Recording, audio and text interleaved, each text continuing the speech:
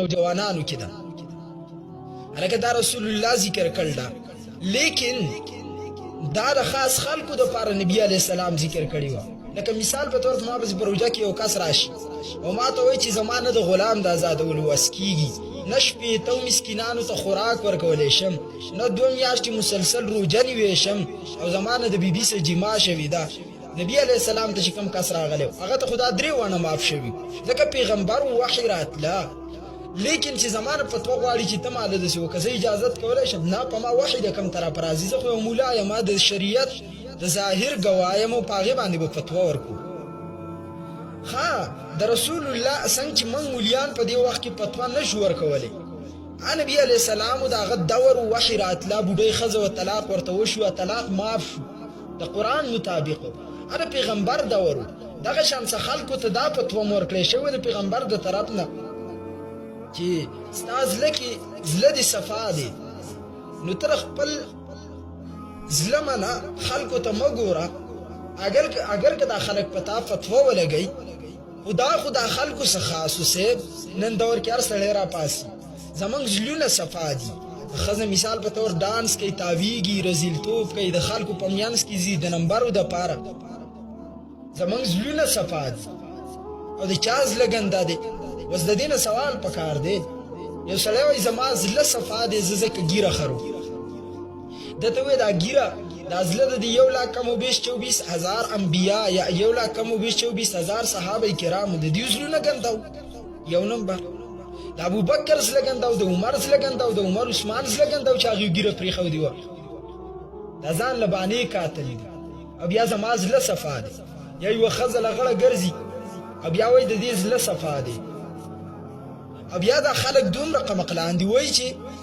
هم انسان موبایل استعمالوي نو هغه له خو پکې داسې له غل تصویر راځي او خبیثه دومره قمقل کوتک الله د عقل جنازه د انسان نه والي او دویم اذا لم تستحي فاصنع ما شئت کله چې نه حیا لاله چې څه دې خوښه یا کوه یو طرف ته رامیتوب او دویم طرف ته وله بانه کاته ګوره فتوا ده د متفقه کم واده کې ټنګ ټکور کیږي د هغه واده خوراک ډوډۍ حرامه ده ولیمې ته به نه ورځي دا د رسول الله سنت د هندوانو د سنت طریقو سره برابرای مثال دله در کوم د مسلې د فیدو دپاره یو ته وایي متعدي عمل دی دویم ته وایي لازم مثال یو سړی د شپې پروت دی او هغه په موبایل کې لغړ هر څه ګوري لغړ پروت دی او ګاډي واړي ګوري لیکن دا د جسم او د عمل سره لازم ده صرف دا فی ګناهګار دی او دویم متعدی ده چې مخلوق په هغه ګناه کې ته مبتلا کی لازمی ګناه خو معاف کیدی شي الله وغواړي معاف کړي متعدی دا رسېده لکه د بل بنده حق نیو متعدی ګناه داسې ده لکه د بل بنده حق نیو مثال تا یو بل کس په ګناه کې مبتلا کو پکې بل مبتلا کو څومره پورې چې دا ګناه روانه او کیږي نو د دې ګناه د اولني کس ته میلاویږي د دې ګناه به اولني کس ته میلاویږي ځکه د ده نه شروع شوې ده متعدي ده روانه ده خورېږي دغه شان په یو قوم کې له غړه ښځه نن راوتله سبا به ستا د کور ښځه هم له غړه راوځي زما د کور هغه به هم له غړه راوځي دی یو داسې ګناه شروع کړه چې خلک یې په ګناه ور ډاډه کړو متعدیت یې وکړو نو په دې وجه باندې علما په دې پسې نښتي او په دې باندې باس کوي یعنې باقي په هر موبایل کې موږ منو چې له غړه ښځه به تاویږي یو کس به ګوري لیکن اب دا غسه لازمي صرف دا غسه دا غیر به نقصان معاشرې ته نه وي اور چې داسې ښځه راوځي تاوشي نو د دې نه نقصان ټولې معاشرې ته دی سبا به نورې ښځې هم راوځي دا متعدي نو دا ویل چې زموږ زړونه صفا دي زړونه ولې د فاطمه رضی الله تعالی عنها ګنده او نعوذ بالله چې وصیت یې وکړو زما جنازه د شپې وباسئ چې زما په میت باندې هم د چا نظر ونه لګي هغې زړه ګنده او نعوذ بالله دا ته چې کومې خبرې کوې آیا د صحابو باره کې دې سوچ کړلی چې زه په هغې دا فتوا ورکړو وحیاتا لکه نو دا فرقه چې دا دی وایي چې په زړه کې دې راځي په هغې عمل کوه خلکو ته مه ګوره زړه کې دې راځي په هغې عمل کوه د خلکو فتوې ته مه ګوره که په تا خلک فتوا ورکړي لکه دا برکت لالا مو وایي خلکو ته مه ګوره دیو اصل کې د جبریه او د دې فرقې نه دي د دې جهنمیانو نه په چا باندې چې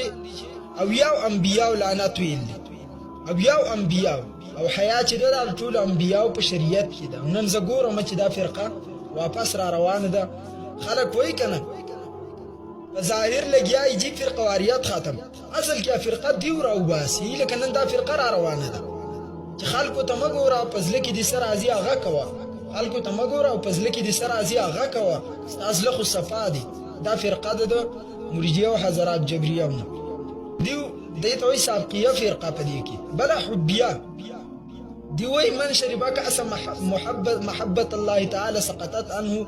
عبادة الارکان. دا به کې سن آشنا شي وای چې د الله د محبت کې علی وسکه کله خلک وای زمون پسله کې الله دی والله مونږ ته نږدې دی، نو د دن عبادت چې دی لري کیږي. زمون نه کومه جنت چې دی د الله پر رحم دی. دا فرقه نن تاسو په دې عوامو کې ګورئ، په دې عامو خلکو کې دا غلط فرقو والا راوتی دي. عبادت لري شهادت نه څه مطلب او زره خلکو زلونه ساتم او زه یتیمانان ساتم او دا قسمه قصې کوي کنه. نو دا خلک دي چې دوی موږ د محبت د الله تعالی د دې فرقې پر رد کې استاد وایي چې سنن ابي داود شریف کې اولنې نمبر حدیث دی. رسول الله صلی الله علیه وسلم فرمایي، ابن عمر روایت کوي چې نبی علیہ السلام فرمایل القدریه مجوس هذه الامه، قدریه چې دي امت مجوسیان دي. ان مریضو یعنی کدا قسم خلک لکه دا ډمان چې زمونږ زلونه صفا دي او موږ په توی دي خلک ورکي. ان مریضو فلا تعودهم کدیو مریضان شي تاسو پوست مورځي، و ان ماتوا فلا تشهدوهم کدیو مړ شي نو تاسو جنازې ته مورځي. وسوکه مولیان اتفاق رسول الله حدیث ما بین کې راغی فیصله حل دا خلک د چا په کلو کې دي په کوم علاقو کې دي په جنازو باندې پابندي ولګوي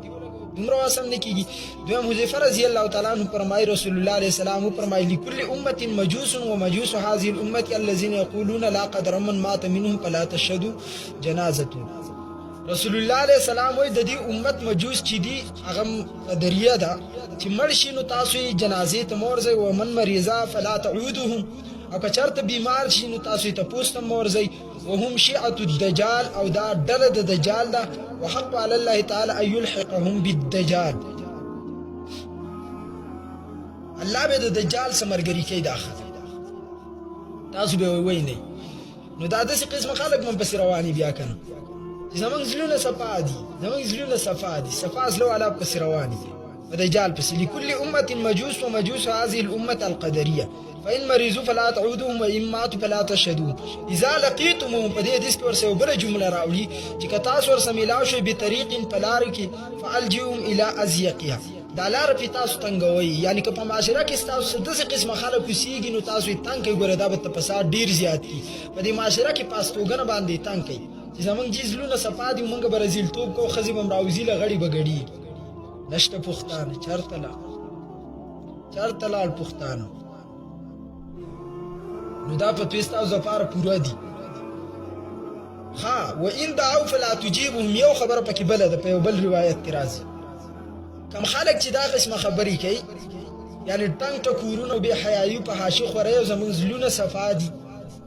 او یاد اوي چې موږ د الله سره محبت کوو، موږ الله ته ډیر نږدې دا کوم فرقو ذکر چې ما وکړ. لکه د معاشره کې دغه قسمه نوجوانان او خلک شته په کورونو کې یو بل ده. یو خو به معاشره کې دومره تنګ کې چې د معاشرې نه درې کې لکه یهودو په باره کې چې نبي علیه السلام ویلي پرې نه دی درې کې د دیونه نقصان خورېږي. دغه شان جنازه به هم نه کې، که مریض شو تپوس به هم نه کې، که دعوت یې تا ته درکړې دعوت به هم نه قبلې. زما فتوا اوس د نبي علیه السلام نه ثابته شوه. انت کور والا کور کې چې کم کور کې واده او په هغې کې ګانه بجانه کوي ان دعوا فلا تجیبهم، تاسو دعوت ته مه ورځئ، دعوت مه قبلوئ. آپ کا مرضی یا رسول اللہ کی مانو یا دل کی مان، جو کرنا ہے وہ کر لو، اب تمہارا مرضی. شکر الحمدللہ. نظما محترمه وست بخبر باندې فیصله وکړه چې سما او ابصار غشاو لهم عذاب عظیم. تاسو زین ته راغلي نن زموږ په معاشره کې د بعض خلکو په دسترګو باندې غوګونو باندې په نظر او پاوریدو کې دې فردي دي